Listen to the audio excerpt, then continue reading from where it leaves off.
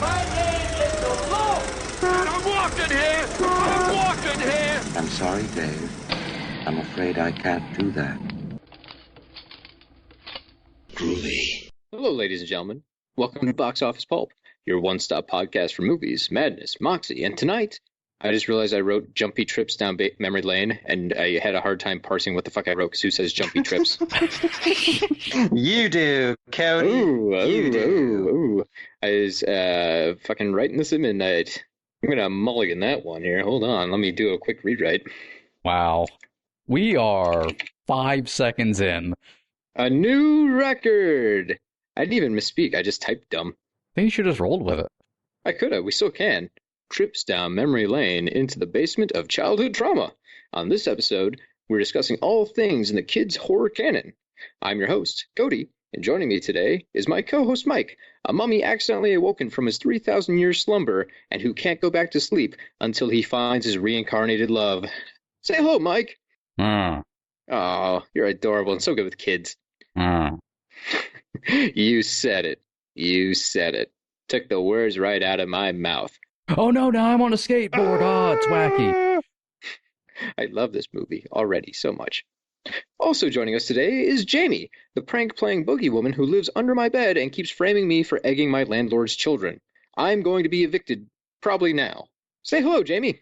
I told you whenever we first met, Cody, I'm a sociopath.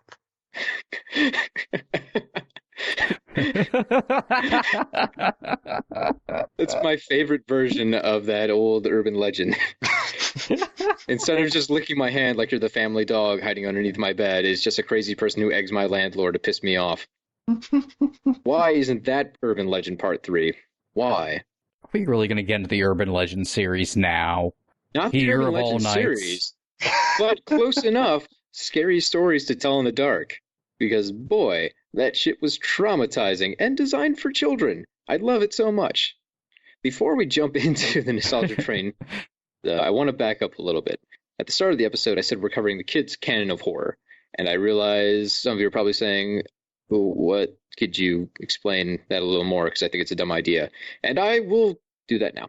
So, let's break this down to 2 parts here. We're going to talk about the idea of horror films. That's easy enough. Everyone understands horror, hopefully, maybe. I would say maybe not as much as we think. If we look at the definition of horror films, where do you stop? Do you say it has to be some sort of supernatural threat? Does it have to have a monster? It can be tough to say.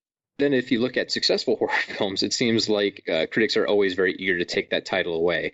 Something like Silence of the Lambs sweeps the Oscars, and it gets called a psychological thriller. Remember last year when it made like $700 million worldwide, and all of a sudden everyone started saying, maybe that's not actually just a horror film. Maybe that's some sort of thriller with monsters. Elevated horror. And who can forget that laugh riot? Get Out. Right. So there's so many of these movies that I feel genre fans are looking and go, yes, that is clearly horror. But people less familiar with the genre go, well, I don't know. This doesn't seem like horror to me. And anytime we're talking about like a slasher film, it's strange because in the early entries of those, it's typically just a normal person with a knife, which you would think would fall into thriller territory. But almost no one would say that. Everyone would look at something like Friday the 13th Part 1 and say, no, that's a horror film. But what's the difference between something like that and Red Eye? Other than one set in a spooky cabin and the other one is set on an airplane. Also, Red Eye doesn't have like 30 sequels, which is a shame. Could you imagine if Murphy came back as like a zombie with a pen stuck in his throat? Oh my god, I'd be so for that. He has a literal red eye, like in that weird trailer for that movie. Oh my god, yes. His eye gets bloodier as the films go on until he looks like fucking Zuko from Avatar. I'm so glad somebody else remembers that. Red Eye? Oh, I really wish Red Eye was out on Blu-ray. I think that one's only out on DVD. Oh, Red Eye is so good. But no, I meant specifically the trailer to Red Eye. Where they really wanted you to believe that was about the Scarecrow returning as a supervillain named the Red Eye. Anything to get people to forget what it was. I love whenever movie trailers just make up their own movie. It's delightful. It's one way to get around spoilers. What if we just told an alternate universe story? We'll make an Elseworlds out of this movie. My favorite is for the Forbidden Kingdom, that Jet Li and Jackie Chan movie from 10 years ago where the ad campaign just lied to everyone. Man, now I don't even want to do this episode. I just want to talk about Red Eye. But I'm not going to, because that's a different episode now. That's our, I'm going to say next episode. It's not going to be our next episode. Back to the idea of boxing in adult horror. I think it's difficult, really, if you try and define the borders of it. It's, that old chestnut about distinguishing art from porn. You'll know it when you see it. So some of these might be subjective. When we say, yeah, this falls into horror, you might kind of shake your head and go, no, that's dumb. But hey, this is the Bop Canon, so we'll do what we want. The second part of that is, I think kids' horror is specifically horror aimed at children. A lot of us might have watched things as children that scared the hell out of us. Maybe you were able to stay up late and watch some Tales from the Crypt episodes.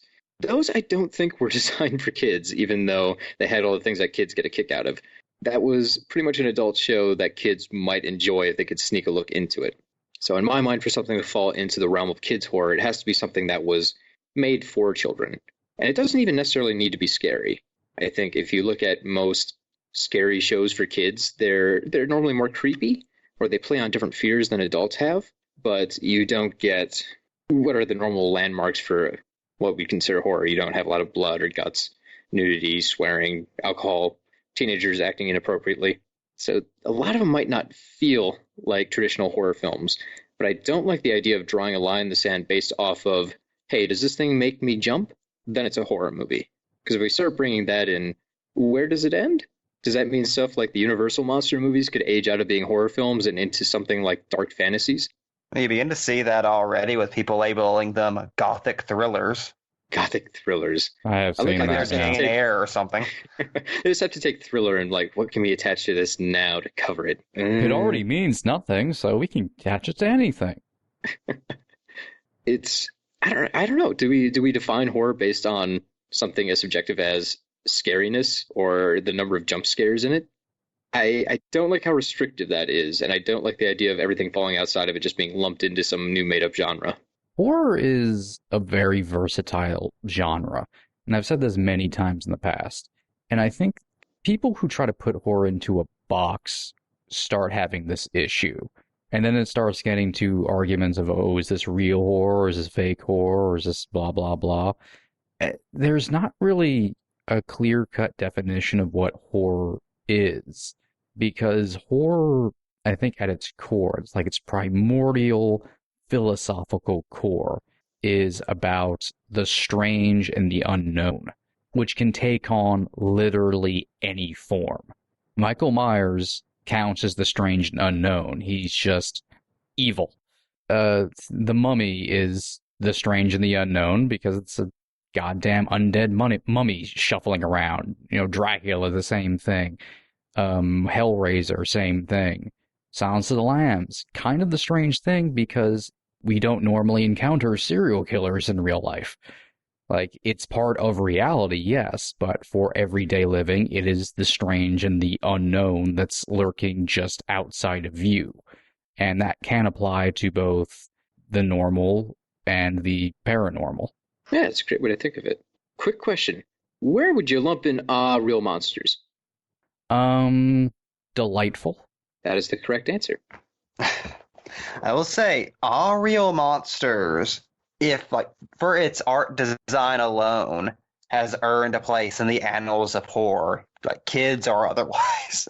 I feel like that show does not get enough love. While just thinking of this episode earlier today and making a list of some couple movies that couple movies and TV shows I liked a lot as a kid that were horror, I just stopped and then just wistfully thought of All Real Monsters for a while. It's a really long time just sitting there. That was a great show. People don't talk about that enough. My local arcade had an All Real Monsters machine. Oh, that's awesome. There was an Real Monsters arcade game? Yeah, but it was more of a carnival game. It was it was like the Bop the Heads thing. Yeah, okay. But it was I was All Real hoping Monsters. it was like you would remember the X-Men game in the It was arcades? a side-scrolling beat 'em up. Yeah, like you could play the woman that held eyeballs, just throw eyeballs at bad guys. X-Men. I love the idea of the monsters fucking people up. I'd play that game. God, if only you could play as the teacher from that game, which I'm still convinced was the inspiration for Professor Snape. That guy would just be the boss. He'd be the guy that just flash red at the end of the game, beat the shit out of you, so you had to put in like 30 more quarters. Get back on track. Man, I love All Real Monsters.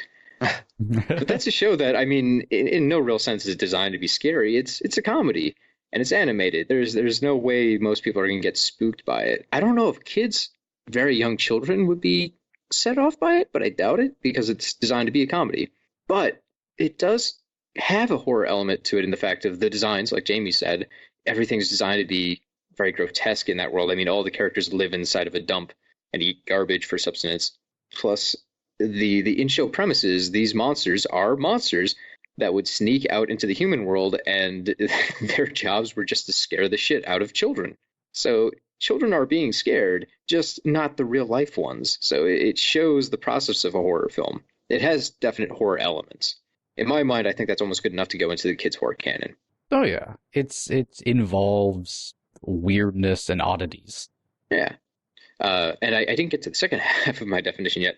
The canon, which some people might not be familiar with the concept of a canon. I came into it in college where we discussed the Western literary canon. And let me save you a Google and just verbatim read what's on the screen. I don't have anyone to quote this to but Google, so thanks, Google. The term literary canon refers to a body of books, narratives, and other texts considered to be the most important and influential of a particular time period or place. For example, take 19th century American literature. I think that's kind of what we're doing here. In Bob, we've obviously seen tons of these things. I grew up with all this stuff, and I remember Halloween episodes on TV shows were always my favorite. So I kind of cataloged all these things in my head, and most of them were pretty bad, and I've forgotten about them over time. But some of them stuck with me. And I wanted to spend today kind of talking about what these films are, how they impacted us, and really how they led us to become hardcore genre fans. Because I don't think enough people give respect to these influences. You know, the new Fangoria just came out, and people look back at that and they talk about, oh, that's what got me into horror. And it seems strange because that's a big jump. Like, one, you got to be able to read, and two, your parents have to let you pick up a magazine that's just filled with like severed heads. I feel like you were probably a little younger, unless you were Mike. I think Mike, your parents started you off with like Hellraiser when you were 2. I was 5. 5, sorry. 5. There was stuff I had seen before then, but that's not the point. You mentioned Hellraiser, and I was 5. My hyperbole gets me in trouble again. I think for most of us, we didn't start off on the deep end of the pool. We kind of waded in. We watched stuff like Hocus Pocus, or maybe more recently Coraline, if you're a younger listener. Do we have listeners who are under like 20? That'd be weird. Thanks, guys, for showing up. This has the expletive tag on it. Why are you listening? Please like and subscribe. Smash that subscribe button. And I've scared them all away. Congratulations. No, don't say Good. smash to children. Yes, you're right. You're correct on that. I rescind the smash offer. More recently, I was in a theater watching A House with a Clock in Its Walls, which is a very strange blend because Eli Roth, well known for the Hostel films for adults, made a PG-rated horror film for kids. It's a horror comedy, but there's a lot of spooky elements to it.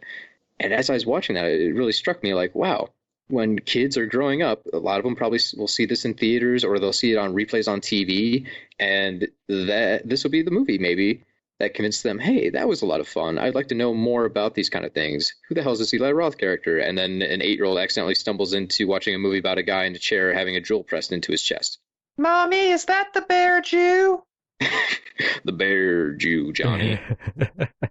I think in my mind, that's kind of how it works out. You take these baby steps. You start with something like Goosebumps or A House with a Clock in Its Walls, or maybe Jack Black broke into your house once. And the next thing you know, you're BitTorrenting Evil Dead so you can watch that while your parents are on vacation. There's a definite escalation when it comes to, I think, a horror fan.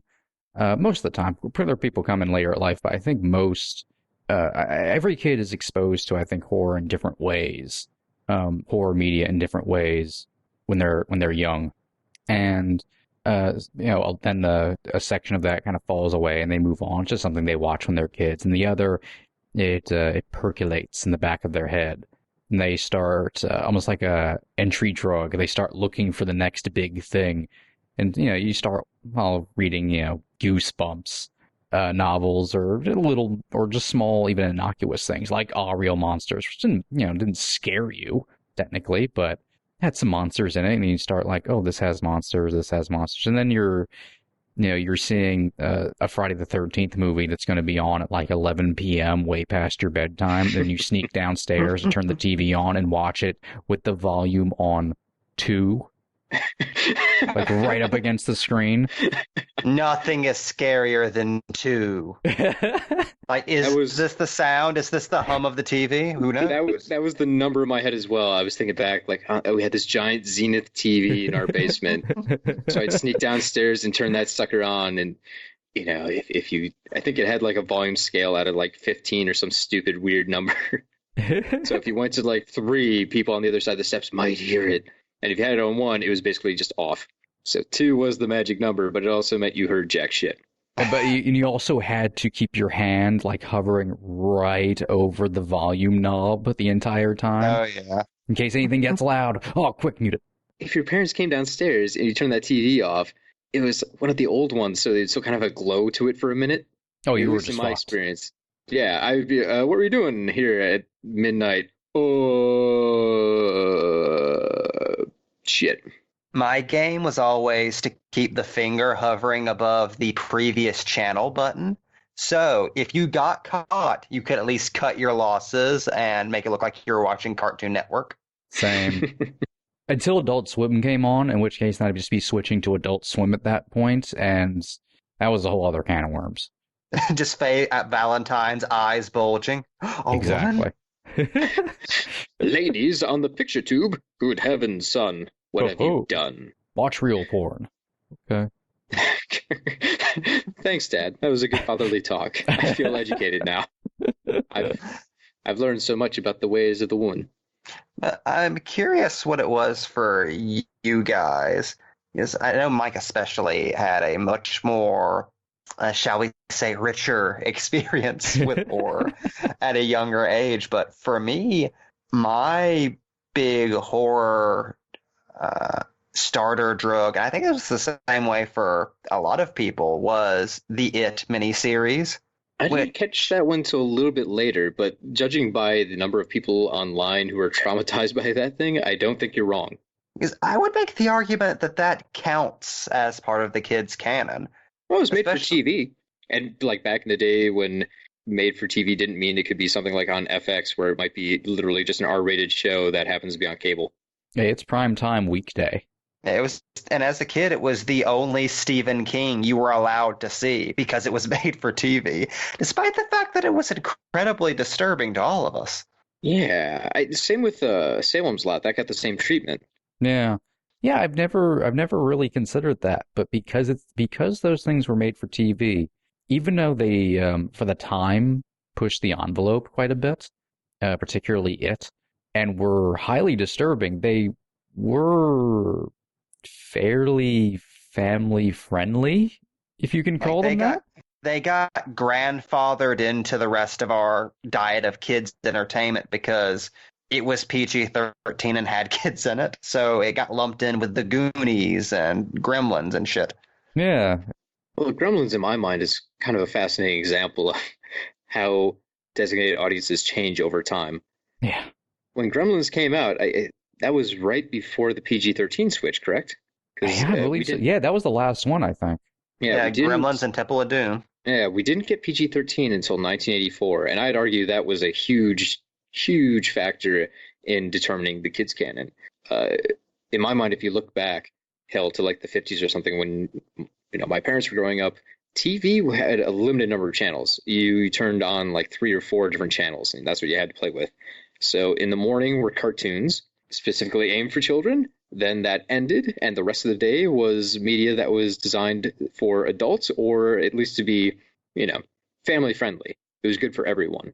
But as time marched on, all of a sudden we get cable, and now there's hundreds of channels. So now there's like hyper specific advertisements. There's, if you want, a channel just for comedy, and that's all it is.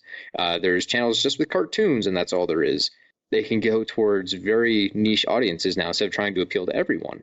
And I think that's only gotten, I don't want to say worse, it's gotten more specific over time as we move to things like Netflix, where they really can target the shows towards very, very, very specific groups. You could have things that are designed to be scary for 5-year-olds, 8-year-olds, 10-year-olds, 40-year-olds, and it's all separate from each other.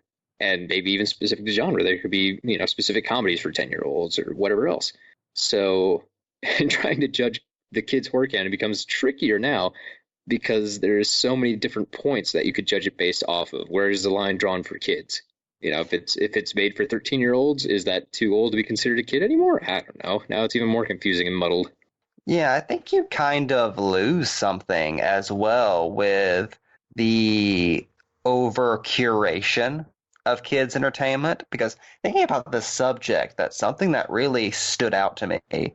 How pretty much since the early to mid 20th century, horror has kind of belonged to children in a certain extent, in a certain way, which I think is entirely just because of early television recycling cheap production boom movies like horror and westerns, those genres that were very much made for adults at the time of their production, but you had to fill cheap television with something, so fill it with wall-to-wall schlocky horror movies and westerns, and within a generation, those genres belong to kids. And I think, despite the fact that adult horror has come back again and again and again, that's still something, like, up until this point, that's really ingrained in our society. Like, childhood is about horror movies, the same way it's about superheroes and silly comedies. Yeah. Think of it this way.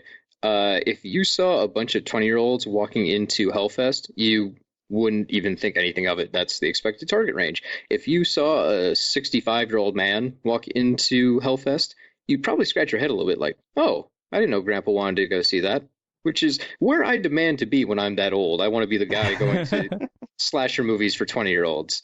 I think we're going to move towards that as a society because our generation has refused to give up some of those things that older generations have been happy to move past, or at least pretend they've moved past.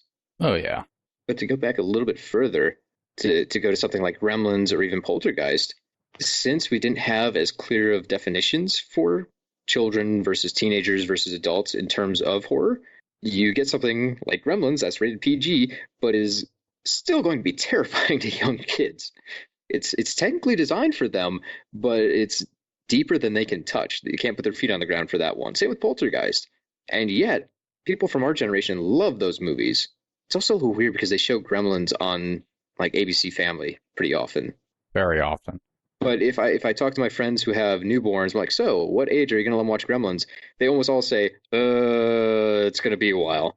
Like, they're going to hold on to that one until they're, fairly old, which they can try all they want. Kids will find stuff. Oh, it's funny that the amount of things that are kind of considered horror movies kids can watch, horror movies for kids and whatnot, you see them on lists a lot. But unlike stuff like Paranorman or Monster House or Coraline or Goosebumps or things like that, they're more of like accidents of birth than anything else. Like, they weren't supposed to be. Just by sheer, they were accessible to kids when they came out because they didn't have, they weren't particularly gory, or they didn't have the R rating moniker. Even some that when the PG-13 rating did appear, there wasn't like enough of a gulf to a parent to forbid you from being able to watch it. So if you were interested enough, they would either take you to see it or you'd see it on VHS. Yeah. And they ended up kind of rolling into being a kid's horror film purely because the market for it kind of appeared and people took advantage of that. And it was a thing like, oh, you want to scare your kids? Show them Gremlins. It's up there, but it's still kind of safe because it's got like Gizmo in it and shit. So it's a little saucy on the horror side, but they're not going to have like tons of nightmares because of Gremlins. Hopefully not. JK, they will. I think Disney was kind of the champion at that. Yeah. even in the movies they made that weren't horror movies, hell, no one in the right mind would say Dumbo is a scary movie. But plenty of people would tell you the pink elephant scene is terrifying. Disney just snuck that one in there. Or think about the witch scenes all the way back in Snow White or the dragon fight in Sleeping Beauty. There's a lot of fairly dark, scary scenes in Disney films, which is very odd when you go back and think about how everyone thinks of Disney as being this purified, maybe a little too squeaky clean company that, just makes safe children's entertainment. A lot of Disney is not that. Quality Disney isn't anyways. Hell. But on the other end, you've got something like the Black Cauldron that had to be essentially neutered because they let it go too far into frightening territory. Disney walks a very careful line and doesn't mind putting in some scary stuff, but they, I don't know, provide a safe spot for children to start off with horror, I think. Probably some of my earliest horror experience would be watching Disney movies. Did you guys remember, being terrified at all by the Cave of Wonders in Aladdin? Was that just me? Oh, that scene was terrifying. Especially that giant gaping maw closing shut at the last moment. When it kills the first guy who wanders in there, that really spooked me. So, when Aladdin goes in, it's like, oh god, I'm too dumb and young to figure out that Aladdin is the hero, and if they crush him in the cave in the first 20 minutes, there is no more movie. It's not going to be about Jafar. So it was terrifying to me. And that movie isn't a horror movie at all. That's a swashbuckling adventure romance comedy.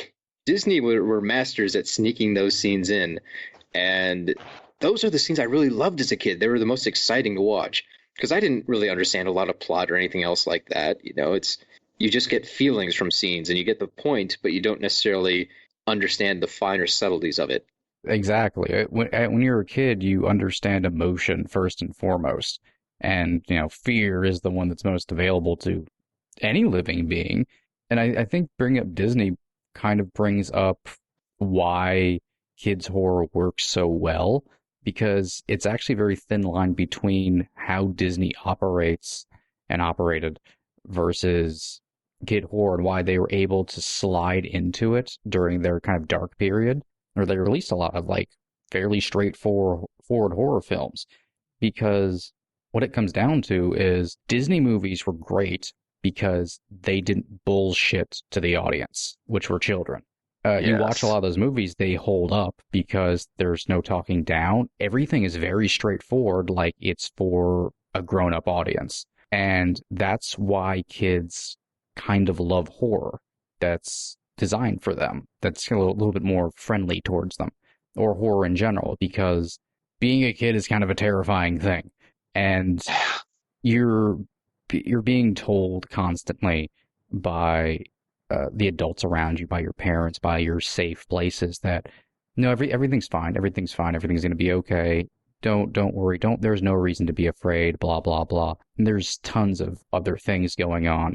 When you're a kid, you absorb your parents' problems. You have constant fears thrown at you. Don't talk to strangers. Don't be careful. You're constantly essentially about to be snatched because you have no control over yourself. And meanwhile, kids' horror talks very straight to you. It gives you a nice controlled environment for your fear.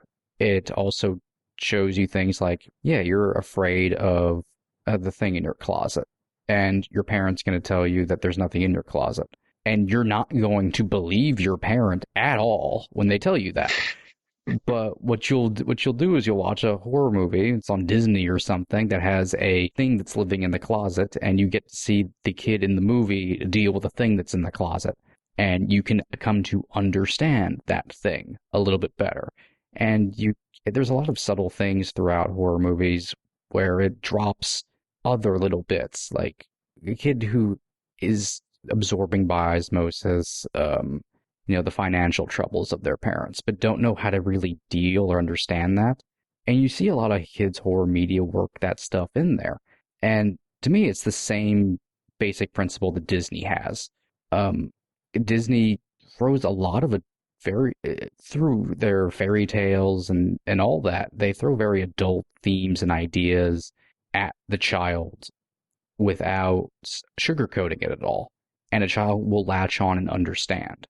And that's why they can go into horror so easily throughout even their non-horror films, because well, they need to have stakes. So that scene in Aladdin has to happen because this is this kind of world. These are the stakes that are present. Death is real in Disney films versus a lot of other kids' media. So when they start making Except George of the Jungle. Well, in that case, you just fall down and get really bad boo-boos. Well, you never know when you're going to hit a tree. It's true. You got to look out. So them going from, Snow White into The Watcher in the Woods isn't actually like that weird. When people look back oh, that's when Disney got strange. It's actually a very straight line to that. That was always in their DNA.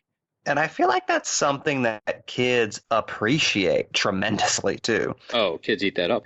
I mean, you look at the boom in horror comics in the 40s, which were mainly being bought by kids. What was speaking to them about that? And it was the honesty. There is something incredibly there's something incredibly validating when you're a small child to hear somebody else, even if it is another adult, look down and say, yeah, all the stuff you're worried about is true. Mom and Dad are not okay. The world isn't a fair place. God may not take care of you.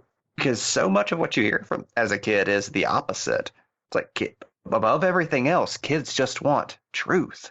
Two things. One, thank you for that, because now I know what I'm going to put in my niece and nephew's Christmas cards this year. And two, Mike, you took all the notes right off my page, so we're going to have to start over so I can say them, because I want to look like the smart guy. You son of a bitch. Hey, I ruined Cody. You monster. But no, I totally agree. I think it's really important for kids to be able to experience danger from a safe environment, which, is whatever media they consume. Sure, they might have some nightmares, but they're working through these fears and they're confronting them. I sound like an old person already when I'm like, oh, we all live sheltered lives. We got to put them out there and see if they get snatched by bad people. But I do think we need to expose ourselves to more real anxieties to be able to handle fear and get our way through real life situations. And early viewing horror movies are a great introduction for that. They introduce just enough panic that a kid can handle so that eventually they can grow past it. It's like the famous J.K. Chesterton quote that children's stories don't teach children that dragons are real. They teach them that dragons can be defeated. Exactly. That guy sounds like he's a secret dragon. I knew it. Feed me another child. I mean warrior. But growing up, I think my path was a lot of the Disney stuff. You get a scary scene there, scary scene here. Then maybe watching TV shows. As I mentioned before, the Halloween episodes were fantastic. I absolutely loved those. And there are those unexpected glimpses into, a lot of times, spoofs of adult horror. So you got a taste of it there. Stuff like the Simpsons Treehouse of Terror episodes. Treehouse of Horror episodes. Does that bother anyone else? It should be an alliteration, right? I think they talked about it on the commentary at one point. Did they explain why they didn't go that route? Was it copyrighted? No, I think they were literally confused why they didn't call it Treehouse of Terror because it would be a good alliteration. Right. Drives me bananas. But a lot of those episodes, pretty much all of those episodes, at least in the first few years, I haven't watched it recently, so I'm not totally up to date. They would do things like a parody of Night of the Comet or King Kong, Frankenstein, you name it. They would just kind of hash those out again, but made in a way that was a little bit more kid-friendly.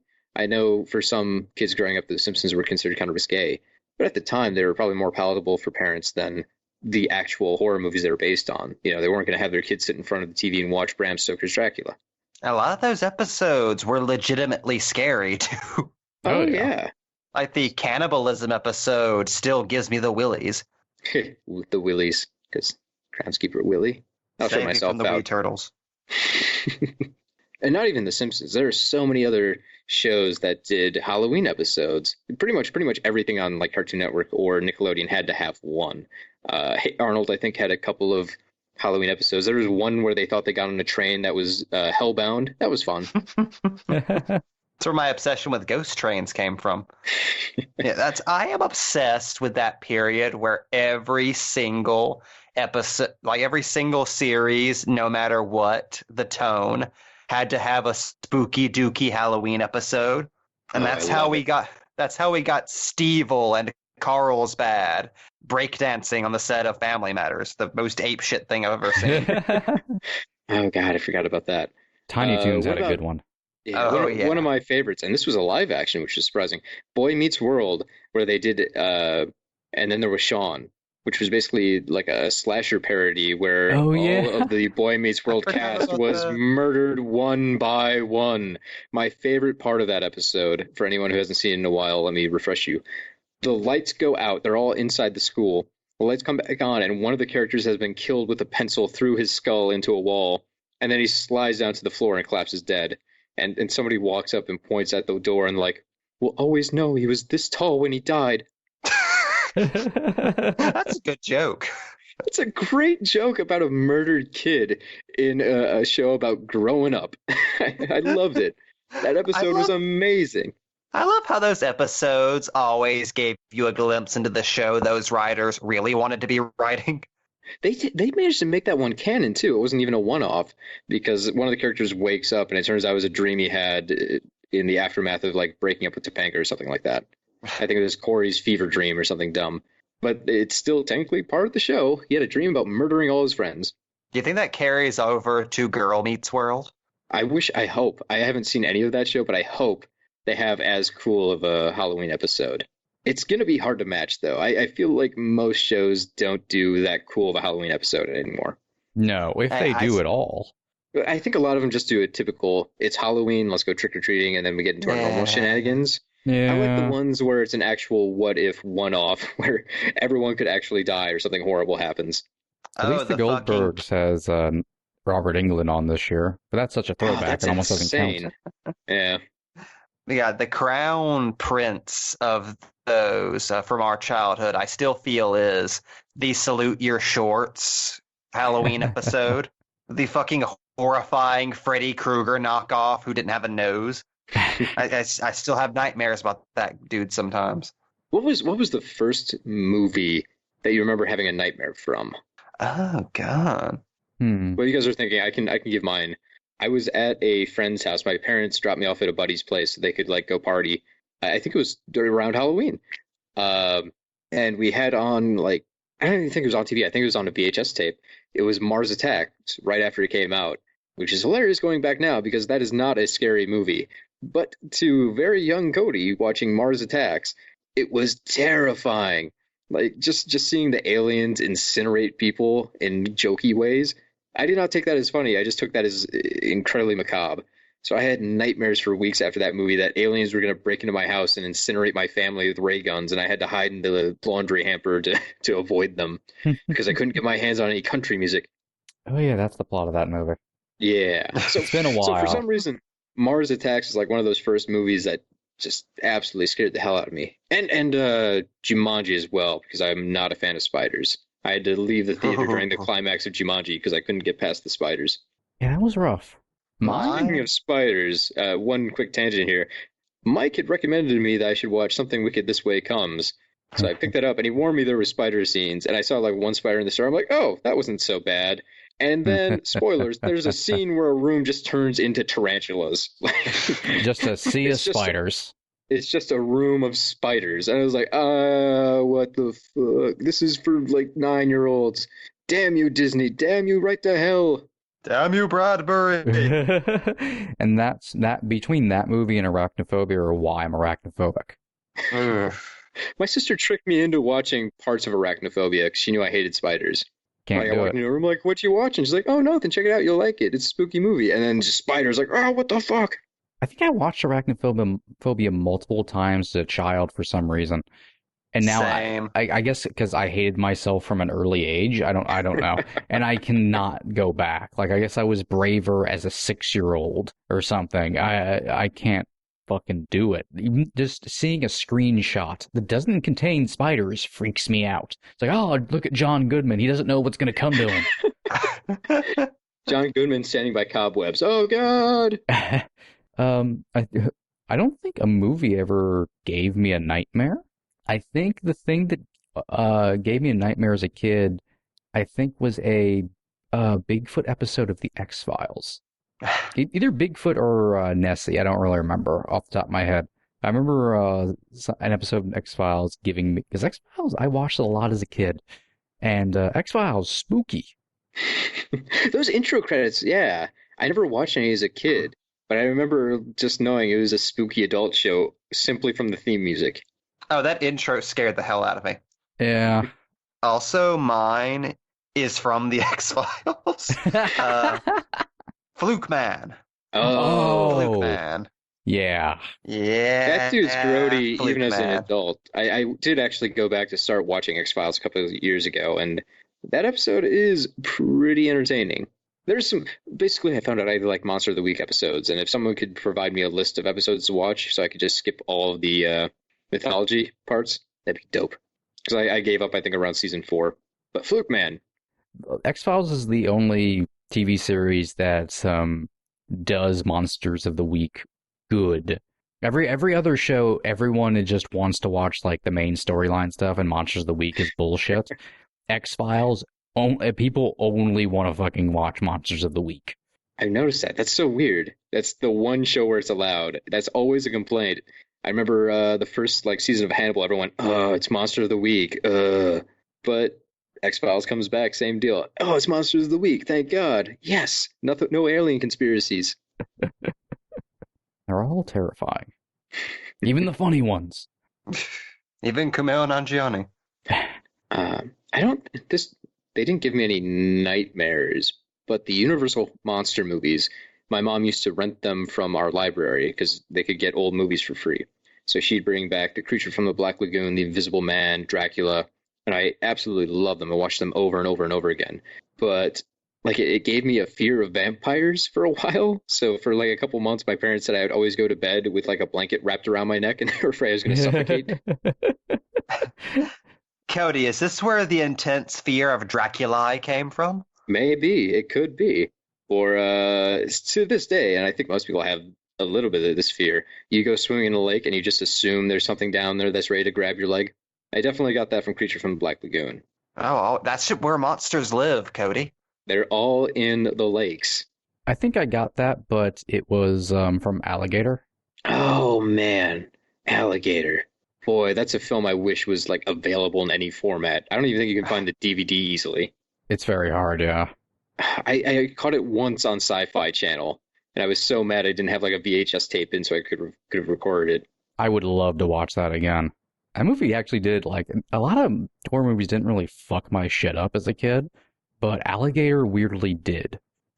Well, that's it. You can't predict what's going to scare a kid, especially like super young kids. They don't quite grasp the world like adults do. They don't understand things. They don't have the same context clues for all this stuff. So their mind fills in the gaps, and sometimes in terrifying ways. And they just view things differently. So you never can be 100% sure what will and will not scare a child. It didn't help that there was like kind of this sewer thing near me that looked exactly like something from Alligator.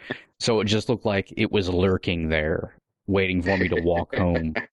Man, now I just really, really want to watch Alligator.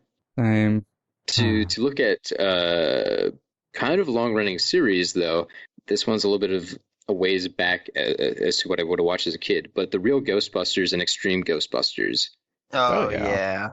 Extreme Ghostbusters actually did a pretty good job of making those monsters seem spooky and actually capable of fucking shit up. They At went least all my out. childhood memory of them. I'm sure if I watched them now, like the idea that it's called Extreme Ghostbusters would just make my eyes roll so hard they'd fall out of my head. But if I were to track a trajectory, I think it'd be stuff like watching the Extreme Ghostbusters and the Halloween episodes of shows and slowly climbing my way up into, stuff that verged into PG-13. I remember reading Scary Stories to Tell in the Dark while camping, and that was a terrible idea. I got to the story where, a guy and a girl are driving around, they run out of gas, so the guy leaves, and the girl hears a scraping on the top of the car and eventually gets out to realize it's like his shoelaces, and the man's been hung by a lunatic from a tree right above their car. I was inside of a camper trailer reading this at night by myself because like everyone else was going to party somewhere, and naturally it was a little bit windy out, so tree branches were just scraping the top of the trailer while I'm reading this story. I expected my whole family to be like in those trees when I walked outside. Plus, the illustrations in that book are still horrifying. As an adult, I look at those for about 3 seconds. I'm like, that's enough for now. Yeah, I have a weird early memory with scary stories to tell in the dark, which is I used to make my aunt's boyfriend read that to me at night whenever they were babysitting me. This was when I was like 4 years old. This kid will never go to sleep now. And her boyfriend was very clearly just there to get laid every night.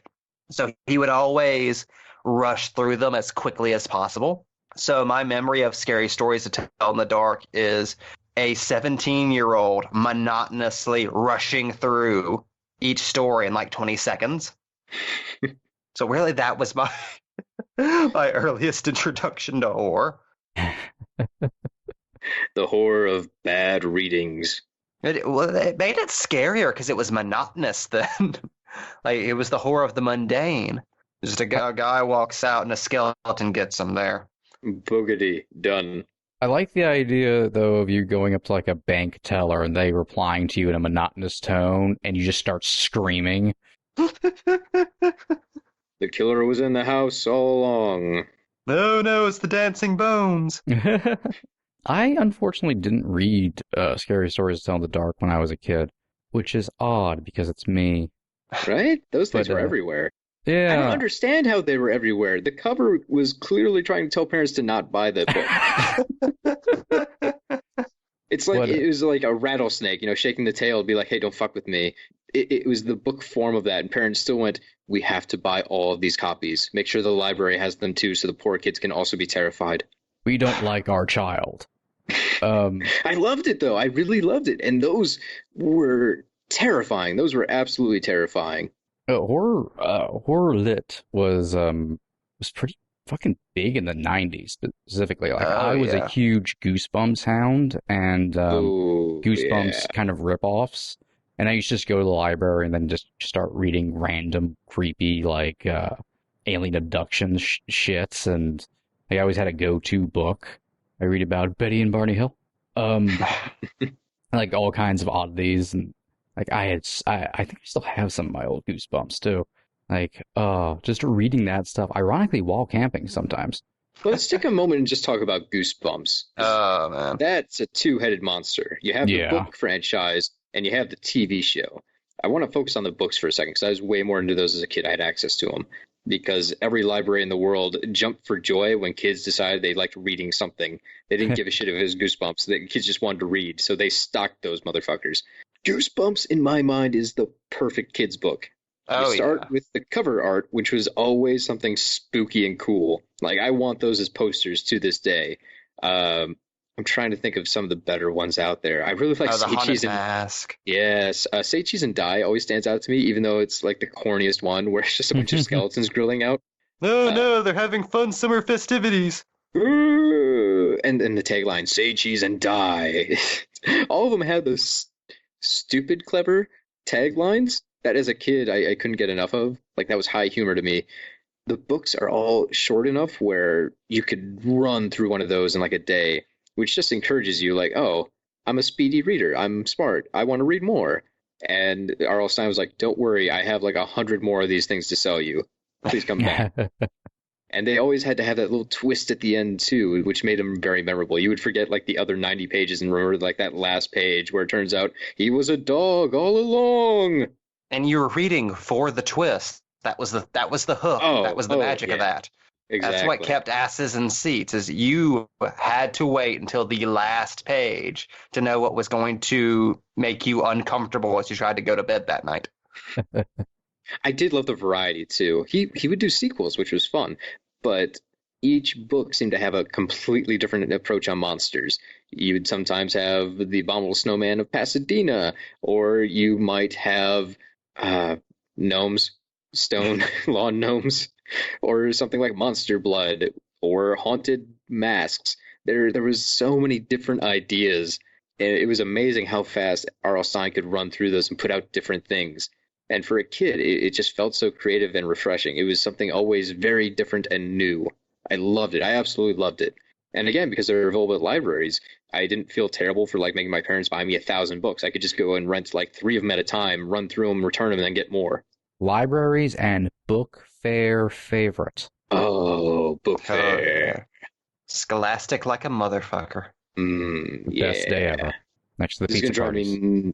This is gonna drive me nuts. There was one like kids horror comic I picked up at a Scholastic book fair that I read so much it disintegrated in my hands. And God, I wish I could remember some of the plot.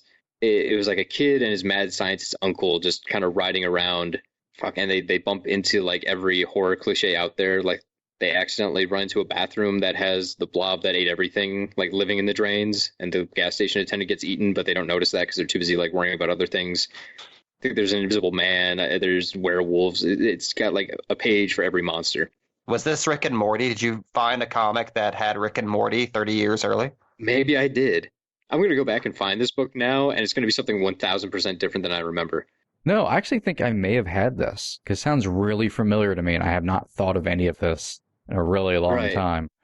If anyone at home even slightly thinks they recognize what the hell we're talking about, please go to Twitter at Box Office Pulp, self-promotion, and send us the name of this thing. I would love to check it out again. Oh, And that yeah. applies for everything we say on these podcasts. If you have any idea what the fuck we're talking about, If please you inform have us. if you have a copy of Alligator, just send a bootleg to us. It's fine. Oh, It's not God, breaking the law if please. it's not available. Oh, and honestly, at Box Office Pulp is our Twitter. And if you just want to share, like, your kid's canon of horror from when you were a child, like what scared you, what books you liked, and get hard to find with it. Like, we want to see, like, all avenues. Please share your Speaking of- stories. Speaking of all avenues and Scholastic book fairs, while doing research for this episode, I bumped into a book I haven't thought about since I was probably like 7, and I just memory lane tripped so hard. I almost went out and started like searching the internet for ways to buy books from the 60s. Maybe you guys had a copy of this. I think it was popular, but it's called Spooky Tricks. It was an I Can Read book by Rose Weiler and Gerald Ames. And the premise was it was just a bunch of magic tricks that were so simple, like, you know, a 6-year-old could figure them out, but they're all presented as like spooky things. Like one would be you could tie a black thread to a button on your shirt to a ring, and then you put the ring over a candle. And then by slowly moving back and forward in a dark room, you could make it look like you were possessing the ring on the candle or a ghost was picking it up and down. It was shit like that. But as a 6-year-old, I was like, oh my God, dark magic. Get behind me, Satan! It was all dumb stuff, you know, just the mascot of the book was this little ghost called Willie the Ghost, but he looked like he was kind of a napkin that had a little rope tied around his neck, you know, something anyone could make with like a piece of paper. And boy, I absolutely loved that book and how weird it felt that here's just a bunch of ghost magic tricks. Go learn them, kid. Pretend to trick your friends into thinking the devil's real. Well, that's always the best stuff whenever you're a kid. The stuff that makes you feel like arcane secrets of the adult world are being passed on to you and you alone. That's what I was always perfect about Joe Dante movies. They had that feeling. Even his television stuff like Erie, Indiana. Oh, yeah. Oh, Erie, Indiana.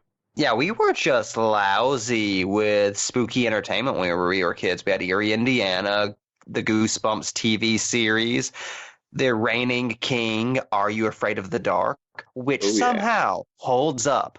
Oh, very much so. As does actually Erie, Indiana. As Yeah. soon as this episode is done, I'm going to hop on Amazon and just buy all of Are You Afraid of the Dark. I don't know why I've waited so long. You should. Yeah, It will I be really mine. need to do that as well. And also, I think we'd be remiss if we didn't mention Tales from the Crypt Keeper. Yes. Oh, yeah. The Kennison series. It's a show I just have vague memories of, but the fact I remember it at all is impressive. It's still fun to go back and watch, too. Like, it is totally just kid-friendly Tales from the Crypt. Like, it's as straightforward as that. That's Tales from the Crypt with pretty much, like, the nudity and gore and stuff cut out. Like, just very straightforward, like EC comic stories, but just for kids. I think that format's perfect for kids. You got the anthology thing, so they don't need to know anything. They can just watch a random episode and be as happy as any other episode. It always had that kind of twist ending, too. Kids fucking love twist endings. I'm pretty sure that's the only reason I love Lovecraft. I read those books very young, and each one had to have like that last line written in italics that would tell you everything was different now. It's odd. Kids love, when it comes to anything, particularly horror, morality plays. Oh, yeah. That thing that seems like it's more fit for adults, but kids actually are the ones who really gravitate towards it. It's because their brains are soaking up so much of that stuff that it actually impacts them. Kids will actually believe those. Adults see the morality play and they're like, "Ugh, I'm the way I am." I don't want to be better. It was I'm like the interesting. unmoving rock. I'll use these Years- 9 lives to make money. Years ago, I remember my nephew watched the Lord of the Rings movies for the first time, and he loved them. And I asked him what his favorite part was, and he looked up at me. He was like standing and, very tiny, hobbit-sized maybe even. And he went, "Little people can do big things too." And he believed it so hard. It was heartwarming. Because that was never the thing I took to heart when I watched those movies as like, what? When did this come out? I must have been like 11. Yeah. I didn't learn anything out of those movies, whereas my little nephew watched it and he was inspired to be a better person and to change the world. That's the great thing about kids is everything matters to them. Yeah. No, that's just more terrifying. I made so many mistakes. Let's go back to less terrifying ideas like the scary shows we're talking about. Do you guys remember Big Wolf on Campus? Yes. That one for some reason was I'm going through. that one was always on TV, so somehow I managed to catch like every episode of that show. And that's probably like one of the few TV shows as a kid I was like up and current on somehow. It's another appearance of fucking ABC Family, Oh yeah. the patron saint of box office pulp somehow. They don't mind doing marathons of good movies or taking a good movie and just showing it constantly. They're committed to holidays. I have to say that. Who else is out there doing 13 days of Halloween? 31 this year.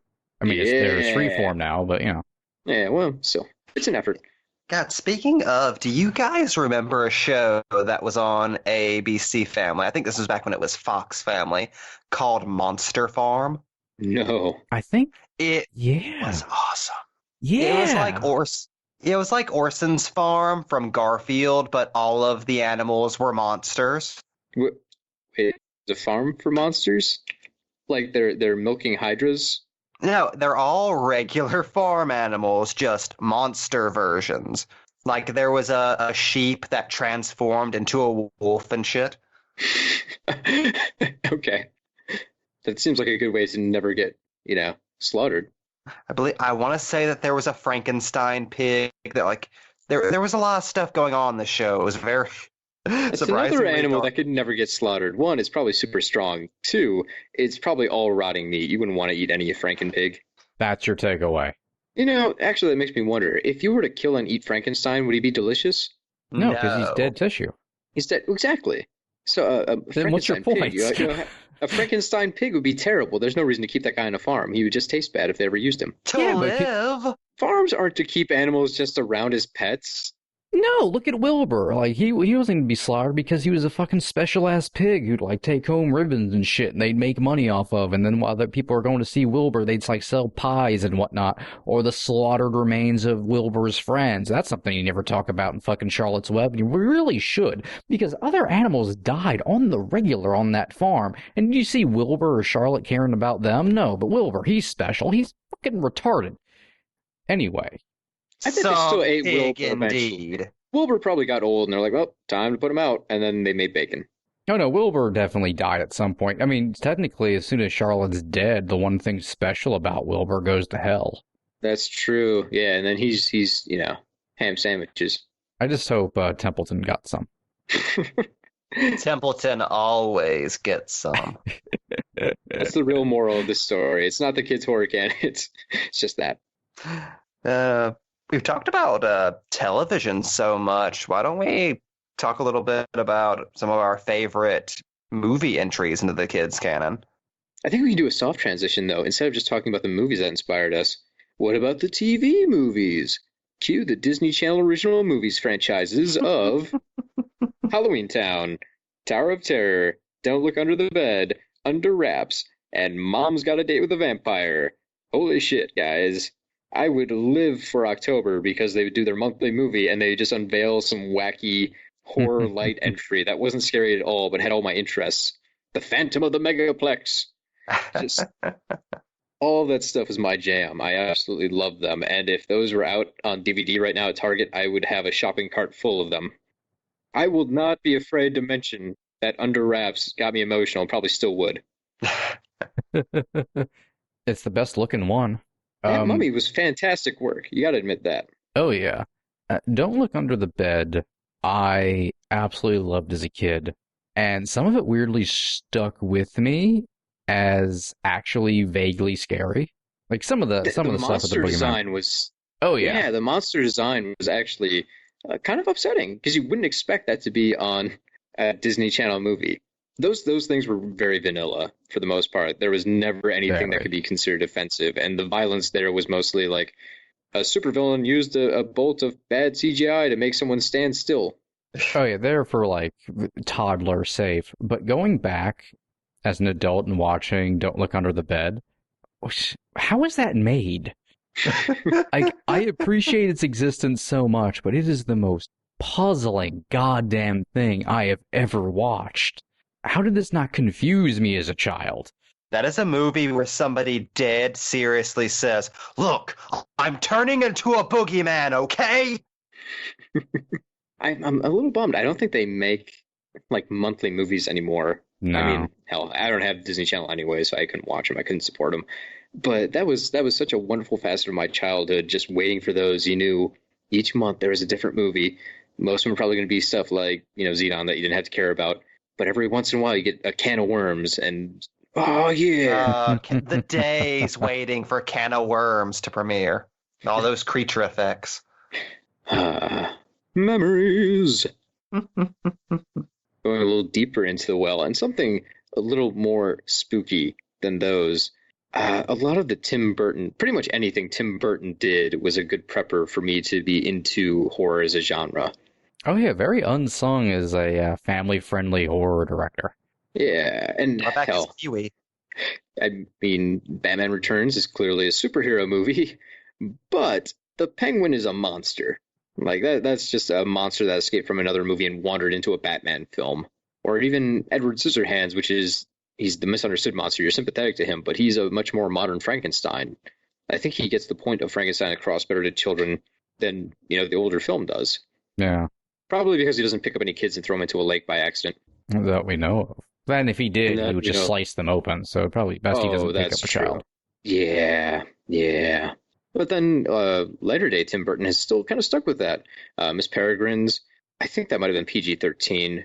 And it does kind of feel like his version of the X-Men, but there's enough spooky stuff in there, especially Samuel L. Jackson's character, that makes it a good introductory movie for kids into scarier stuff. Oh, Jackson eats a plate of children's eyeballs in that movie. It's delightful. Yes, he does. I might have to go rewatch that now. That sounds like fun. It is. I picked up the book, so I'm excited to see if the books are any good. I enjoy them a lot. Yeah, and, well, technically it's just Tim Burton produced, but The Nightmare Before Christmas, while in no ways scary, does feature every Halloween icon. So I feel like he can lump it in. And if that doesn't get kids into horror, I don't know what will. It amazes me the staying power of that movie because, one, Hot Topic still sells like 90% of their material based off of Nightmare Before Christmas, and somehow in July. And two, my niece, she's pretty young. She's 7. I hope that's right. She loves this movie. She wants to watch it all the time. She knows all the lines. She loves it, absolutely loves it.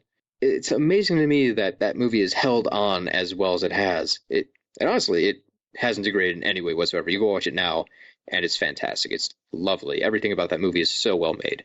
And the look hasn't really degraded. Stop motion technology has gotten better, but this one doesn't look like it doesn't look bad. If anything, the jerky animation in that movie looks better than the fluid animation in something like The Corpse Bride. It's more lifelike. Yeah, I'd agree. Well, The Corpse Bride has a pretty good reputation among younger kids, too. I mean, if I had to rank them, I would definitely put Nightmare Before Corpse Bride, but I like Corpse Bride. I like it a lot. And hell, you can throw that on TV and not have to make any edits to it. And yet both of them are movies about skeletons.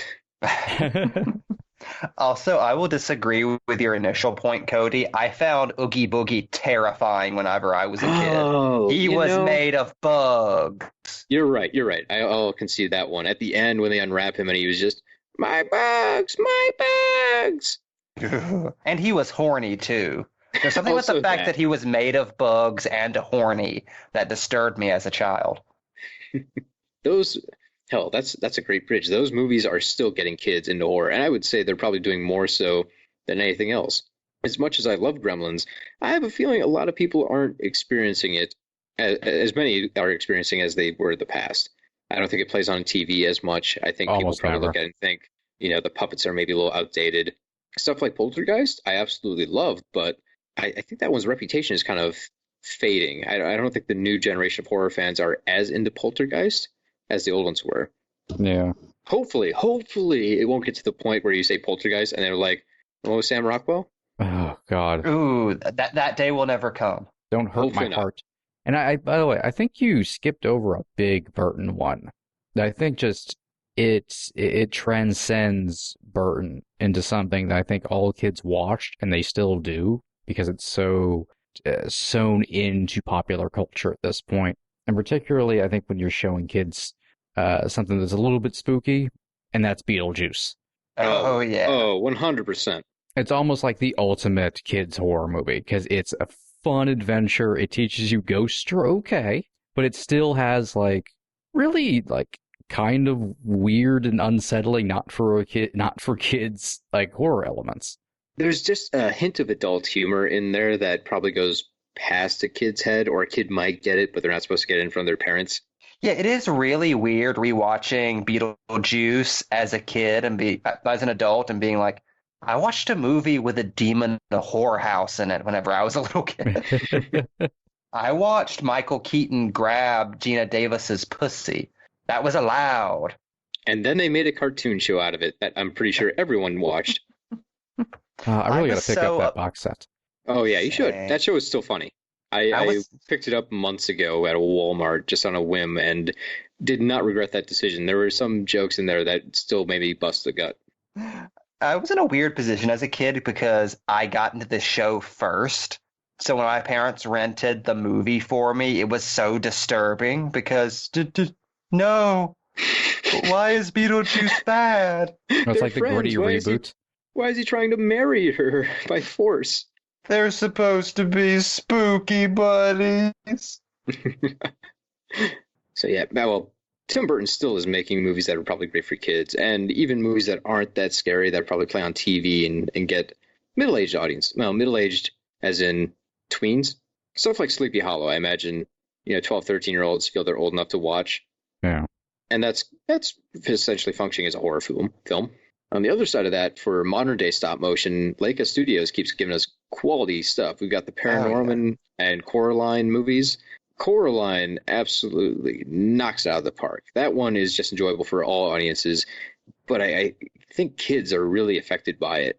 The fact that Coraline is really put through the paces and she has to figure things out without the aid of her parents makes that one very, very creepy and I think emotionally affecting to kids. That one really hammers home to them that the world is scary.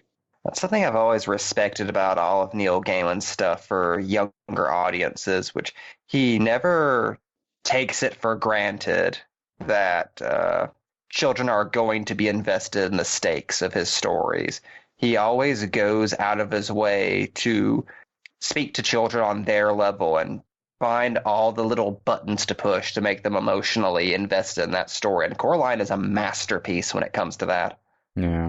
And Selleck is such a great director. He doesn't get enough credit because he doesn't have a huge number of movies out there, but boy, if your filmography consisted of just Nightmare Before Christmas and Coraline, holy shit, that'd be amazing just for those two. I can't say anything about Monkey Bone. Show me the monkey. I've never actually seen that movie, so I can't judge it. I've seen chunks of it on TV, but I feel like chunks are enough. neither here nor now. I feel like kids have a decent selection of stuff, though. Coraline is probably going to be memorable for them. I think that one hits TV pretty often. At the very least, my niece and nephew have very drastic opinions of it. My niece wants to watch it all the time, and my nephew thinks it's too creepy, even though he's the older one. Which I think encourages my niece to watch it all the time because it creeps my nephew out. Just to piss him off. Oh, we're watching Coraline again. But they've got stuff like that, and I think they'll grow up and they'll have those memories of button eyes to terrify them. Kind of like growing up, I had the severed head hall from Return to Oz to terrify me. Talk about an accidental addition to the canon of kids horror. Yeah, that one's clearly a dark fantasy. Not a horror movie. I'll draw the line on that one, but it did have some damn scary little moments. I'll never forget watching that for the first time at a relative's house at 1 o'clock in the morning on Cinemax. Wheelers! You behave. My parents were terrified of the flying monkeys. I was terrified of Wheelers. I like that there's a Wizard of Oz to get several generations. I really wish Raimi had introduced a new monster to terrify kids and been more successful. I don't know. The porcelain girl was pretty high up there. So I have a question. Did you guys sit around waiting for Ichabod and Mr. Toad to come on when you were a kid? And did you just wait for the Mr. Toad portion of the film to hurry up and end so you can get to Ichabod and the Headless Horseman? I never bothered watching the Mr. Toad portion. I think I More watched than that, it once. though, I had one of the. I think they made a golden book of Sleepy Hollow, the Disney version, and I have memories of just reading a book version, but not the original I Irving think story. so, yeah. I think I had that Yes. too. Yeah, so I don't think I really ever watched the actual series. I think I just read the book all the time. Even better, because you don't have to give a shit about Mr. Toad then. I was very invested in Mr. Toad's stolen motor car. He should have died for his sins. Honestly, Cody, if there is any character you should identify with, it's Mr. Toad. Why am I Mr. Toad? The everything. Like, I feel like if Legos had existed during the Edwardian era, Mr. Toad would be collecting those in those books.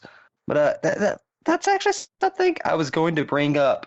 Was I the only one who noticed as a kid a weirdly plentiful amount of Legend of Sleepy Hollow adaptations geared towards children, apropos of nothing? Yup, and they were all my jam.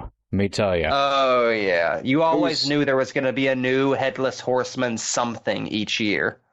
I was always mad at the end of those stories because it's like, Sleepy Hollow, return to normal, better than normal. Like it was basically like the scary monster would go away and then the town would become bright and sunny, which pissed me off. I'm like, it was way better when it was spooky and cloudy. Remember the CGI Yes. Fox Ichabod Crane one that had a boob joke in it randomly? Yep, I was No. about to bring that up. Go back and take a look at that. The CGI is atrocious. Oh, Almost yeah. unwatchably bad, but it still has one of my favorite endings of anything ever. When you find out the person telling the story is Bronzebone, he just gets up and takes off his head and hands it to the guy and walks out. And just you see the Headless Horseman ride off into the night. It's the greatest thing ever when you're like 10. Warren Zevon starts just blaring, "Rolling the headless Thompson gunner." Just remember what a fucking ninny Ichabod Crane was in that thing. Like, they went out of their way to make him the worst person who could possibly exist. He's kind of a loser. He's always kind of a loser, though. The Johnny Depp version is probably the least loserish that I can remember. That to me, when you were a kid, that was the crescendo of all that. There was so much Headless Horseman stuff. I was obsessed with the Headless Horseman. And then, but they were all pretty much geared towards kids. There were TV movies, there were specials, cartoons, blah, blah, blah, like some storybooks. And then you saw a TV spot for Sleepy Hollow, and it melted your brain. Oh, yeah. That was the biggest steal that year. And it was a Burton movie, so you're actually kind of allowed to watch it. Mike, how did you feel about the new Sleepy Hollow TV series? Well, not new, it was a couple of years ago. I never watched it. That's amazing to me. For someone who's so into it as a kid, I assumed you'd at least have to show up day one to see if it was worth anything. Oh, I can't wait to watch that police procedural that takes place in modern times about the Headless Horseman. But it was like Monster of the Week style, which could be kind of fun for that. It would but- be cool if it wasn't like on Fox in like the late 2000s. Honestly, I did, just because something else I watched came on right after it, I saw the tail end of a couple episodes, and I did recognize that if I was a little bit younger, or if I just felt like it really, I'd probably really get into this. It's not that bad. It's kind of aware, and it's having a lot of fun. I Like, think some of it's real bad. If memory yeah. serves, somewhere in the first season, there is an episode where like there's like a Wendigo kind of monster going around killing people, and they can't figure out what the problem is. But then they think, oh, this might be a monster some Native Americans would know about. So they just go to the first ones they can find. Like they just find some Native Americans at the edge of town, and they're like, "Tell us about this thing." And the guy's like, "Well, you have to smoke this peace pipe first." And I think he gets them to smoke some sort of psychedelic, and then that's how they figure out what's going on with the monster. Oh, TV writers, This is no. probably all very wrong because I saw this years ago, and it was so disgusting at the time, like not even paying full attention. But I just remember thinking how lazy and kind of weirdly racist it was. Like, all Native Americans know about Wendigos. We can ask any one of them. Just ask Wolverine. See, the stuff that I saw was from like Latter Day season 2. So it Yeah, I think that show got rebooted several times. Anyways, let's not focus on. I don't know why we spent so much time talking about the new Sleepy Hollow. Let's backtrack. Back in time, everybody. I can slowly walk us back into slightly older stuff, but not really. Over the Garden Wall. What a show. I Oh wish yeah. I wish that had been on TV when I was a kid, because that would have been Same. 1000% my jam. It's not even all the way horror, but there's enough horror, especially at the end, where you could lump it in there. Yeah, it's a specific type of fairy tale horror that you see very rarely in children's entertainment these days. It was a really nice throwback to that kind of stuff. And you see a lot of influences in it, of harkening back to like children's horror media stuff. That fairy tale quality, it's all very like kids like spook cartoons from like the mid 90s specifically. Yeah. And the fact they made this show with kind of a complex plot compared to a lot of other things. All the episodes tied together, so you pretty much needed to watch them in order, I think, to get the most out of them, even though they were episodes. And the last kind of episodes revealing the whole twist of the series, I thought was really wonderful. It didn't explain everything, but it still shed enough light to let you know, oh, hey, this is more deep than I originally thought. For a kids show, that's amazing. They really trusted that younger kids would be able to follow along, or at least appreciate it later when they came back to it as adults. So we've hit a lot of shows. I think in the interest of time, maybe let's just kind of lightning round a couple more of ours. I think for me, another huge one would be Hocus Pocus, and that one's only gaining ground. More people probably like it now than any time in the past, and that one's catching on with kids. If you look at the rest of our stuff from this month, we kind of had a soft theme going, building to this episode. We covered the witches, which is terrifying, the Halloween tree, which is spooky, still holds up pretty good. The original and the remake of Invaders from Mars, Monster Squad, Stephen Sommers' Mummy movie, Labyrinth. Labyrinth was terrifying to me. I don't know. Maybe that's just my experience. Well, David Bowie in those pants. Oh yeah. Milk and peppers. I know a big one for me, mostly because this was played on cable so much, and I know it's one that Mike, you have a lot of affection for as well. Little Monsters, Oh yeah. which I rewatched just this morning for the first time since I was like 12, and yeah, my feelings on that movie still have not changed. Little Monsters was always the one as a kid that made me feel like I wasn't old enough to watch it. And watching it as an adult, it's like, yeah, this is a genuinely creepy movie in places. Howie Mandel is giving a terrifying performance, and the monster designs are like legitimately grotesque. Like, that is a freaky movie. Kids Nightbreed. Pretty much. That should be the tagline on the box. Speaking of, kind of along the lines of I'm too young to be watching this, that's how I felt the first time I watched Lost Boys. Like I'm still not exactly sure who that's designed for. I enjoy it, but it feels like it's supposed to be for kids, but it also has the content for adults. It's for the right person at the right time. It's like your lady love. I don't think that's a bad way to say it. I feel the same way about Gremlins. Gremlins is always the right movie the first time you watch it, whenever you watch it. Oh yeah. For me, like some of my favorites, a lot of them have already been mentioned, like Something Wicked This Way Comes, The Witches, Little Monsters, of course, but big one for me, the Addams Family movie, in the 90s. Oh, totally. Yes. Absolutely goddamn And loved values. it. weirdly the Casper movie. Yeah. Doesn't hold up really, but it's interesting. Yeah. No. It was just But because I think we saw it when it was new and that was still like exciting CGI and, hey, check it out, it's Christina Ricci before she kind of vanished. yeah, but some of the other ones that we haven't really talked about, but The Gate, which Oh, totally. skewers like back and forth hardcore between kind of adult horror and kid horror, and that's kind of what's special about it. Like it kind of freaked me out as a kid, but it also exemplifies what's great about kid horror because it's got a classic like babysitter situation and just gets really dark and suddenly starts dealing with hell. Parents are removed from the whole situation and the kids have to deal with this threat, and it has some absolutely incredible effects in it. But honestly, my biggest one, and I'm so glad that rewatching it recently told me that it holds up, is Ernest Scared Stupid. Same. Oh, I can't believe we forgot to mention that until now. That was the king of my childhood. Same. Honestly, maybe one of the finest children's spook films of all time. That is one of the finest kids' movies of all time. It's like a lost Joe Dante movie. How on God's green earth does Ernest Scared Stupid hold up as much as it does? And like 100%, it's still funny. The scares in it actually still really work, which it shouldn't. Neither one of those things should still work. The joke shouldn't still be funny. The scare should be terrible, but no, it's all there. You could still do that to a kid today and it'd probably still have the same effect on them. And it's just fun. Excellent creature designs. I wonder if kids still know about Ernest.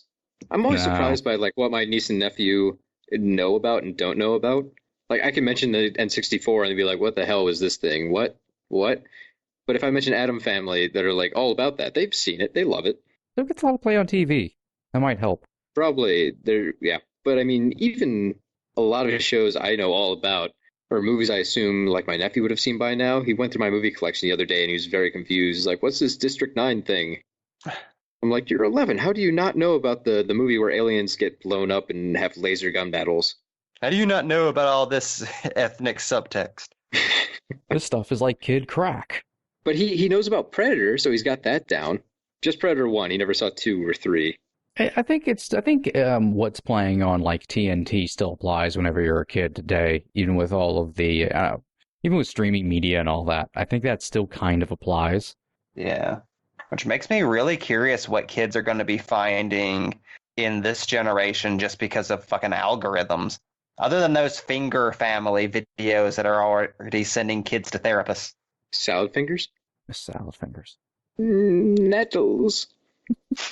I like the idea of kids these days growing up fearing salad fingers like we feared Freddy Krueger.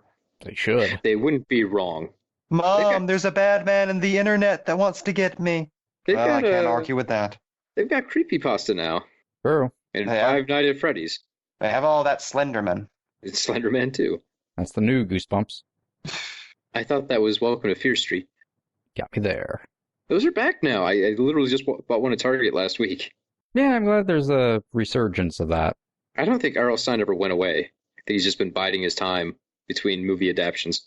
Writing man thing.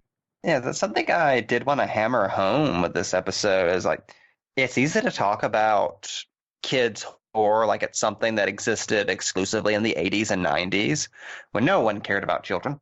But like we're really seeing a return with that in the past couple of years, most notably with Goosebumps coming back.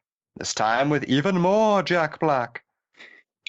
I mean, I can't speak for older generations. I feel the closest I can get to is, reading a Stephen King book where he goes on and on about growing up making monster models and seeing I was a teenage werewolf. So I assume that's what they're into. Drive-through scary movies designed for like the teen crowd. But I don't know. Maybe it was all very similar and they just didn't have as much access.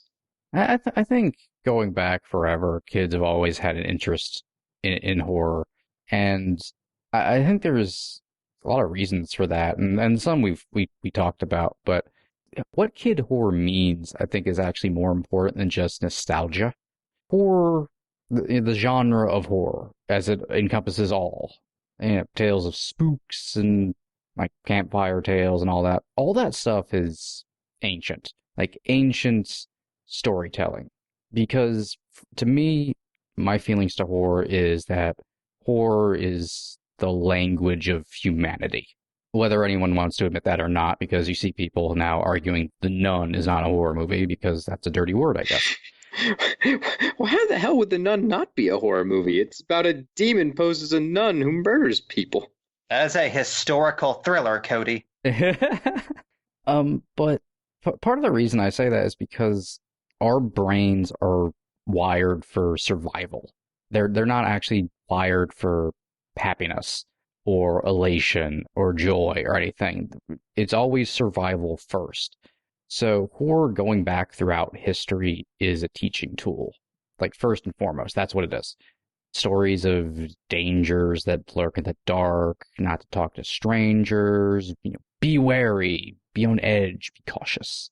And there's kind of a tinge I've always found interesting that horror is also about acknowledging the unknown because you don't actually know everything. And there's a lesson that horror has about how important that is.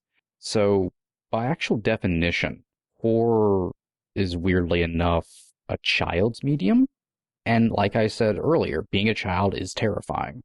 And few actually acknowledge the fact that being a child is terrifying. And honestly, I think it takes a lot of reflection to realize just how scary being a child is. You don't even really realize it as an adult unless you seriously sit down and think about what it was like. Because you have a lot of naivete as a kid, and a lot of it goes over your head because you just can't really process it. So a lot just gets buried deep. But it's because everything you're experiencing is strange and new. Everyone is towering over you, and you're just helpless, and you have no power over yourself. It's one of the interesting psychological reasons kids play with toys that are just like little humans, or why kids anthropomorphize everything. It's because when we were kids, it gives control to chaos. So we cannot control ourselves because, our parents pick our clothes out for us, for God's sake. So we control the things that are even smaller than us. Horror's the same way. It gives control to chaos. When you're a kid, it doesn't bullshit you. Like I said earlier, it's very straight. And no matter what the tone of it is either, which I always think is very interesting. Goosebumps, Are You Afraid of the Dark, or Monster Squad, or Little Monsters, and even more towards the adult scary on the Richter scale of horror. Kid horror isn't actually very safe very often. I think that's the point, because kid horror is catharsis, be it of real world type fears, like Grimm's fairy tales, which the entire reason they existed was to tell kids about actual things that they could encounter, but through a lens of fairy tale and terror and monsters and witches and blah blah. Or can also be fears of something not real, like something under your bed, The Gates, which I talked about, kind of fucked me up in a lot of ways, because when I was real little, because of a scene in The Gate, I was afraid of something under my bed, because there's a scene where hands reach out and grab the sister by her ankles and try to pull her under the bed, and all you ever see are its hands. And it freaked me the fuck out. So I would do the classic running and jumping into bed thing. Can't get me if my feet aren't on the floor. Exactly. I would do somehow try and race from the bottom of my basement steps to the top. I could somehow beat the light going off. I used to do the same thing, yeah. Faster than the dark. I like how all kids just instinctively knew how to deal with the fake monsters that were in their lives, all in the same exact way. But I got my fear from that because of The Gate, but at the same time, The Gate taught me that I could fight the thing under my bed and survive, it's just kind of an interesting dichotomy of how those things work. It puts the fear in you, but tells you that it's okay. Little Monsters, in the same way, taught me that the creatures lurking there might have a little bit more in common with me than I would think. The surprise twist ending of this episode, Mike, is that you actually fought the monsters and lost, and this has been hell all along. No. And you're actually in Vietnam still. Aw. Baby Damn it, mom. I went straight down the ladder. But what I'm saying is, like, horror is built for the child's mind. And besides the fact that horror is cool, making yourself scared in a controlled environment makes you in control of your own fear. So when everything is utter terror at every moment of the day, whether you fully acknowledge it or not, actually experiencing something, even as innocuous as goosebumps, can relieve that tension, even if it gives you nightmares. And so much of horror is anecdotal or allegorical. It's a perfect teaching tool, I think, for young minds, because you get a lot about morality or societal mores, or I think I learned personally more about life from horror movies than anything else. And the fact that when it actually comes to the weightiest horror, kids' horror is actually kind of the weightiest. Like, look at Bradbury. Like, every Bradbury story is swimming in, like, so much subtext and overt text, it could choke you. And a desire to kill all children. And age rapidly. 45 years, 46. Bradbury. 27. Just so much joy out of ripping book pages out. And what's great is all those things are incredibly subtle about it most of the time, because, throwing out one line or two lines out, and as we've mentioned before many times on this podcast, but just even earlier, kids don't really need much. One brief mention of, like, an adult emotional concept or struggle or whatever will give a kid the full spectrum of emotion that adults need to, like, be hit over the head with a sledgehammer with to, like, fully grasp. That's why we get in a lot of, like, conversations about, I feel like this could have been a little bit more, this could have been a little bit more. But a kid just needs one line in a 2-hour movie and they're good. There's, like, going back to the gate, there's a throwaway line in there about one of the kids not, like, being the same since his mother left and his dad never being around, and how people hurt and secret and in different ways. And that's all you need as a kid to get what's going on. And you never go back to that with that kid. That's your one instance of learning about what's going on there. And it's enough to tug at something. And on top of that, adults, I don't think, grasp how much fun horror is to you at that age, because there is a very thin line between reality and, vampires totally exist. Like, for when you're 8, any episode of Goosebumps could just happen. You could say cheese and die anytime. Exactly, you could be a little Ryan Gosling. Sponge under the sink who feeds off your misery. That's always there. That's in every house. And, like, when I was a kid, fucking Fright Night was the shit to me, because it had the most simple of, like, what if setups. And after that, it was practically like an adventure film. And I got to see nipples, so that was cool. But, Can that be on your tombstone? yeah, it would be appropriate. More not for me. I once saw a nipple. But, with the success of Stranger Things and the nostalgia train looking back at the spooky kid adventure tones from, like, the 80s and 90s, to me, like, that isn't being super popular purely for nostalgia or reference porn. And that's a fun part of it, don't get me wrong. But it's returning to the roots of why that stuff existed in the first place, in my opinion. And it's the stuff that I think got lost, probably post-Scream, I think. Kind of when that new teen wave of horror hits. That's around the time you started seeing Disney Channel sort of move on. You started seeing a lot of the kid horror movies, family-friendly horror movies move on. All that stuff sort of began to die out, and then horror died shortly thereafter. So it all kind of came away. The R.L. Stine adaptations became few and far between, but there were some kind of in the mid 2000s. We did start getting a, like, new wave of kids horror stuff with the aforementioned Coraline, Paranorman, and Monster House. I want to bring up Monster House. You mentioned it once before. We brushed past it, though. Damn it, Monster House is very good. Monster House is a fucking masterpiece. I love that movie so much. Moving on. And Monster House is actually getting more of a resurgence after being dead. It's actually getting a lot of like cable play these days, which is pretty good. But we're like after that, I don't think they were kind of relegated to off the side stuff where I think they would have been more mainstream back in the day. But now they are getting a bit of a resurgence as they're being seen as like a greater market because, funny enough, that's coming about due to things like Stranger Things coming out, which are adult properties, arguably, and are playing to adult nostalgia. But I think it's creating an environment where executives are going, hey, remember that stuff from when we were kids? Weren't we like kids when that stuff came out and we liked it a lot and spent a lot of money on it? So we should probably make a lot more of that stuff for kids, you know? Which leads us to like the Goosebumps movie or Clock in Its Walls, and a new one that just came out on Netflix, Creeped Out, which is like a really wonderful throwback to Goosebumps and Are You Afraid of the Dark and all that, but without being nostalgic.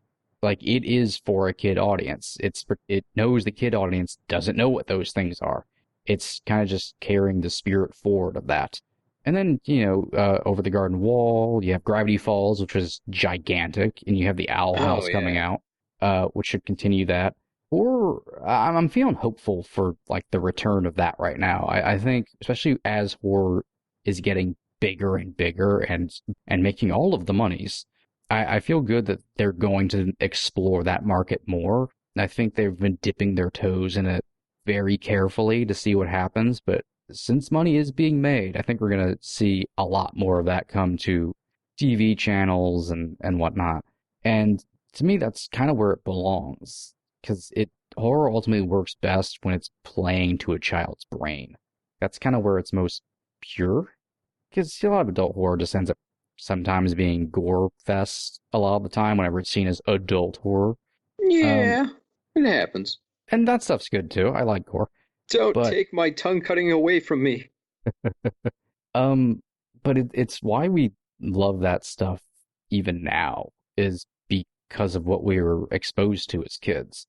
It's why these tones constantly make it come back and come in waves, because the kids' canon of horror makes us feel something that high horror, adult horror, whatever you want to call it, can't quite do. Because even when you go back and watch that stuff now, it still has a ting to it. It kind of just taps into something, certainly in more of a primordial way that we process emotion, like fear, sadness, longing, whatever have you. When our ability to deal with those things were less complicated and noisy, I guess, is the best way to put it. And I think kids' horror has a way, even when you're an adult, of like cutting through all of your own personal bullshit. So more to a time when we could sit back and be wowed by the haunted mask, when we bond with friends at school over the newest Goosebumps, when all the chaos and confusion of growing up would fall away kind of between credit roll and credit scroll, to when we'd feel a little bit closer to what goes bump in the night, and to know that the most important lesson that can be imparted to a child, it's okay to be afraid. Well, I don't think I have anything to add to that other than, Jamie, can you sing the Goosebumps rap? Dun dun dun dun dun. That's all I know. Let me get you the lyrics. Jack Black made this thing. Bump's gonna goose ya. Oh, Was that it? No, it's much longer than I thought. I think this episode has gone long enough, Cody. Oh boy, I'll let you decide. Jesus Christ. Viewer beware, you're in for a scare. Goosebumps. The bump's gonna goose ya. The bump's gonna goose ya. The bump's gonna goose ya. The bump's gonna goose ya. Welcome, y'all, to the Dead House. But you better stay out of the basement. Yeah, you'll be in some deep trouble if you don't heed my statement. The Goosebumps are a-coming, and they want monster blood, y'all. So you best say cheese and die, or all of them creeps will call. When young Zach Cooper moved to town, my man RL saw trouble, and now that he's unlocked the books, this whole place will be rubble.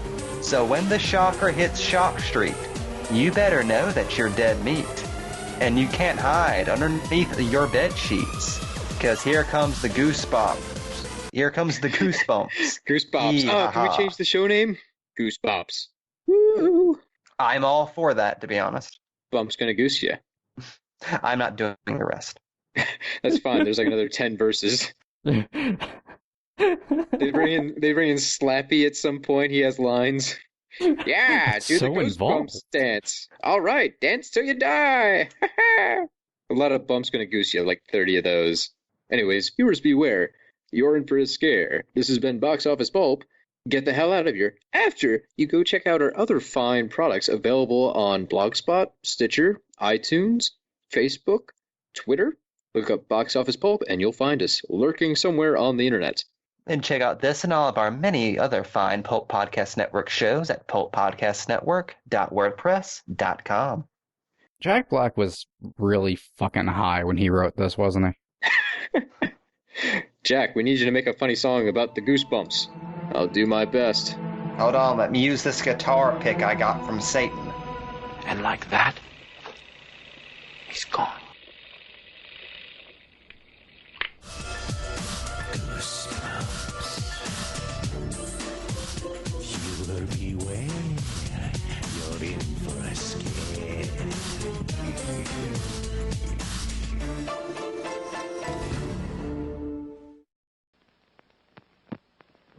This is Box Office Pulp Guy, and this has been a Pulp Podcast production.